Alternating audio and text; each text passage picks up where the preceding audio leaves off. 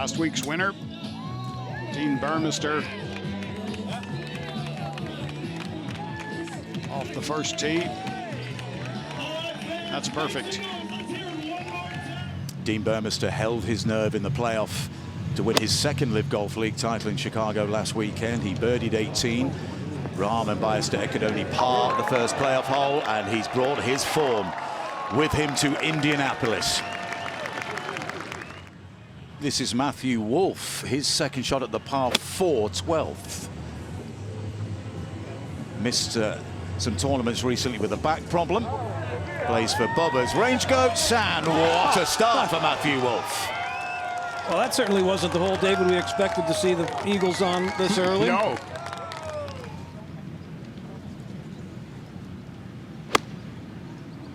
Now, Neiman would have been paying attention to Bryson's ball, how it reacted on the green. Really just fly at the distance instead of flying it past the pin. Now Waco's turn for birdie. Changed putters this week. Waco strikes an early blow. Whilst that was happening, Jason Kokrak played his second at 13. It's a par 5. Yeah, the shortest par 5 on the golf course. Whoa, there it is. And that's eagle. Ties in with Matthew Wolff for the very, very early lead. A moment ago, at the 7th, Bubba Watson, who's enjoying a real renaissance, particularly in the second half of this season. An eagle at the 7th, and he's in an early tie for the lead on 2 under. Yubin Zhang needs a top 13 finish to stand a chance of avoiding relegation. His best in his first season in the LIV Golf League, tied 21st in the UK. He started with bogey at 8, but then birdied the 9th after that glorious second shot. DJ, his second from the rough at 12. That's a great shot. Mark Leishman has tied the lead. It's an eagle fest at the 7th in the early stages. The par 5, of course. He teed off at 5, opened with a couple of pars, the Australian. Oh, that's delightful from Mark Leishman. Back to Neiman's bunker shot at the 3rd. He's elite now from sand. Wow. This would be a very welcome 3rd straight birdie to start his first round. It'd be a dream start, Arlo. It is a dream start for Waco Neiman. He's birdied his opening 3 holes. He leads in Indianapolis and, crucially, is 3 shots clear of the Spaniard. Well, Abe Ancer has enjoyed another solid season in the LIV Golf League. He has no worries about his future out here. That was for eagle at 7. We've had 3 eagles there already today. Sebastian Munoz, well, he's 7th overall after 6 top 10 finishes for the Colombian. That was his second shot at the 4th. Uncle Phil. He can get on a hot putting streak too, can't he, David? Yeah. He ties the lead. So relegation means relegation from the LIV Golf League. Some big names in trouble. This is a few moments ago. Ian Poulter down in 51st. This was for eagle at 7 to get him to 1 under par. Ian is in the points positions in the early going. Mito Pereira, his second shot at the same hole. He double bogeyed the 5th, but then rolled that in for eagle to get back to level par. Here's Anirban Lahiri for birdie at 1. And he ties the lead. Here's Lee Westwood at the 7th. He's 1 under par so far. This is his second shot into the par 5. Oh, beauty. Lee Westwood for eagle at 7. Great start for Westy to allay his relegation fears. He's 3 under. Well, Sam Horsfield plays for the Majestics, who are likely headed for a play-in match against the Ironheads to qualify for the team championship next week. That was for Eagle at 17 for Sam, the highest place Majestic, and he's in 39th in the standings. Danny Lee, his second shot at 15. The Ironheads, Kevin Na's team, they are in 13th.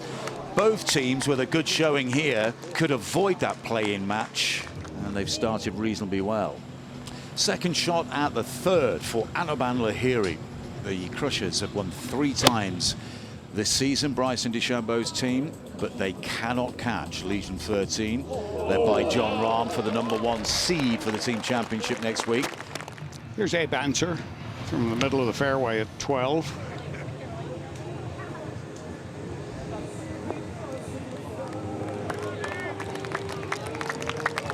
Beautiful shot. Abraham Answer to tie the lead with Danny Lee in the early going here. Dustin Johnson hit his second shot at 16.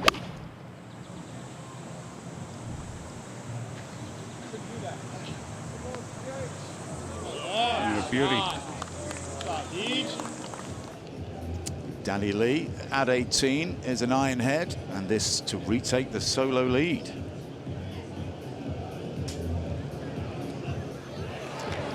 Well, I don't think mercurial is a word that does Danny Lee justice. He is capable of playing sensational golf.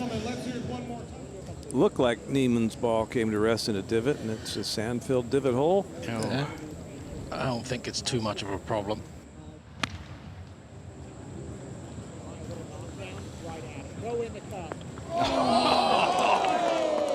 And Watko will have that to tie Danny Lee for the lead. Here's Bubba. His second shot at 13, the par 5.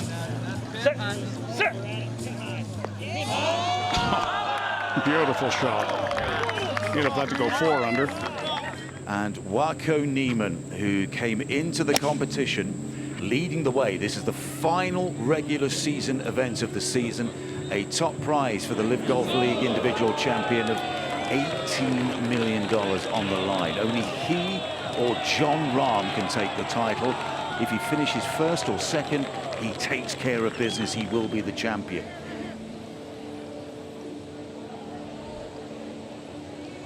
Oh, that's well done after that horrific first attempt. DJ ties for the lead. And John Rahm has made 1 birdie. He's 1 under.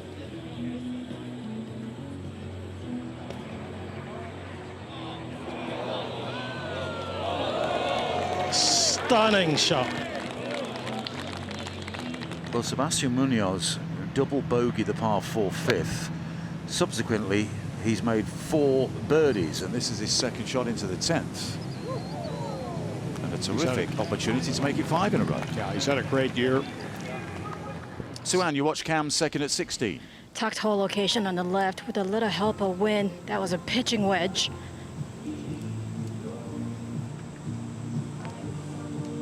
Oh, how did that release forward like that?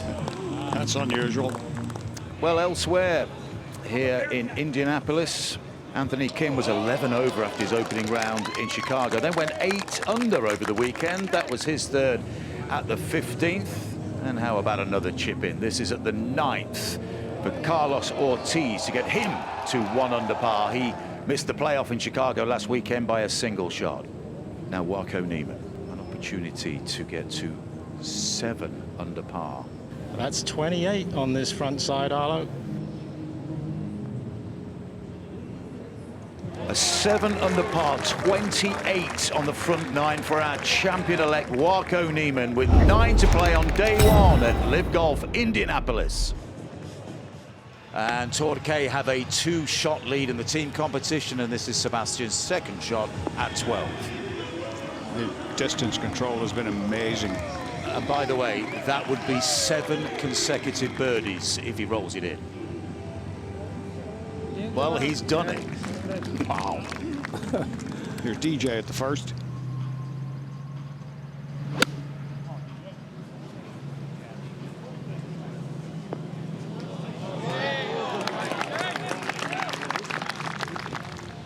Back at 10, John Rahm doesn't look like a great lie here.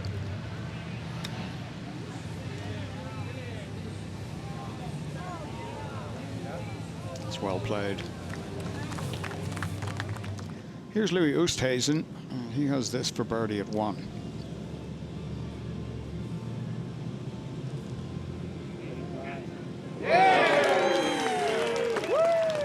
Oh, and here's Phil. And one for the dry cleaners. Look at this. No. He just never ceases to amaze. Here was Bubba at the par 5 13th. This was for eagle. Oh. Cam Smith on 17 for birdie.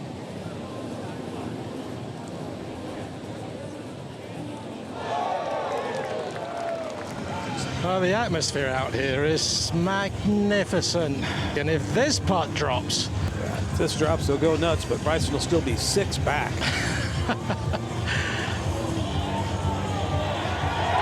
Maybe that'll get him off to a start. Jon Rahm's putting stats in comparison to the field, not his strength from this average 5 to 10 feet.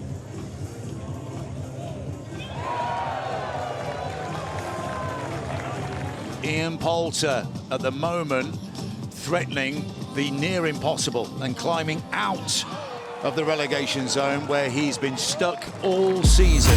He's 4 under par after that birdie at 14. This is how Patrick Reed got to 6 under par. This is at the 12th hole. Something special in the offing here. There we go. Eagle for Patrick Reed. Things changing by the second here at the moment in Indianapolis. Abraham Answer has tied the leaders on 7 under par after rolling that birdie putt in at 17. Cam Smith at 1, his second.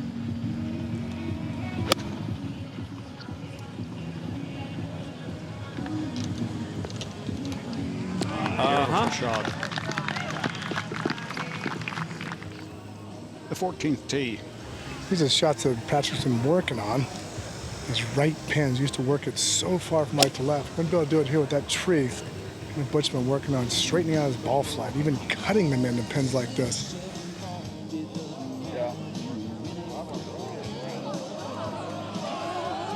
Friendly little bounce there, you'd have to say.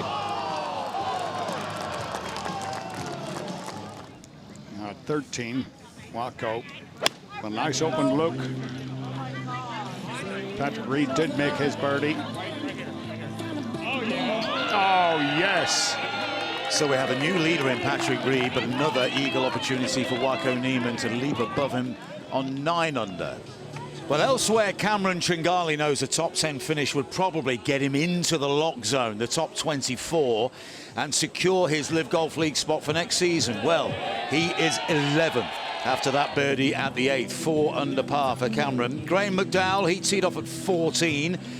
His first birdie came at the 7th and then went back-to-back at the 8th to get the Northern Irishman back to 1 under par. Andy Ogletree just eagled 17, which would get him out of the drop zone, and it would drop Henrik Stenson back below the line. DJ for birdie. This one just a little downhill. Left to rider. Should come on back. Oh, great putt. Now Sebastian Munoz for the lead. Sebastian Munoz has birdied 10 of his last 11 holes. 446-yard hole. He's got 56 left to the pin, and it's a back pin. Looks good. If it bounces, it does.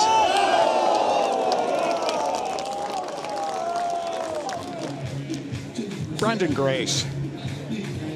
Played so well of late. His tee shot at 11. Oh. He's played some amazing golf recently, Brandon Grace. Sebastian Munoz. Remember, he teed off at the 2nd. He parred his opening 2 holes. His first birdie came at 4. He double bogeyed 5. This a few moments ago at 17. This is remarkable. He's birdied 11 of his last 12 holes.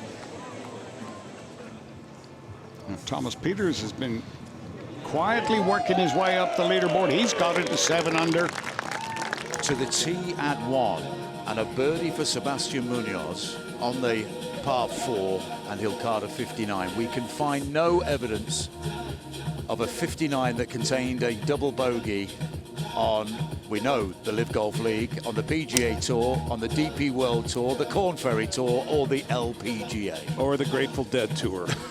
Yeah. Perfect. And a second shot for Sebastian Munoz. Only a wedge. Close. Oh, Good wow. grief. What a round of golf. So, Sebastian Munoz for 59. 59 for Sebastian Munoz. He's carded only the 3rd sub-60 round in LIV Golf League history. He's done it despite a double bogey at the 5th hole. He's subsequently birdied 13 of his final 14 holes. 14 birdies in total. That is a very special round of golf. 12 under par. It's a 4-shot lead, and it may well be the first time in top professional golf history that a player has broken 60 with a double bogey.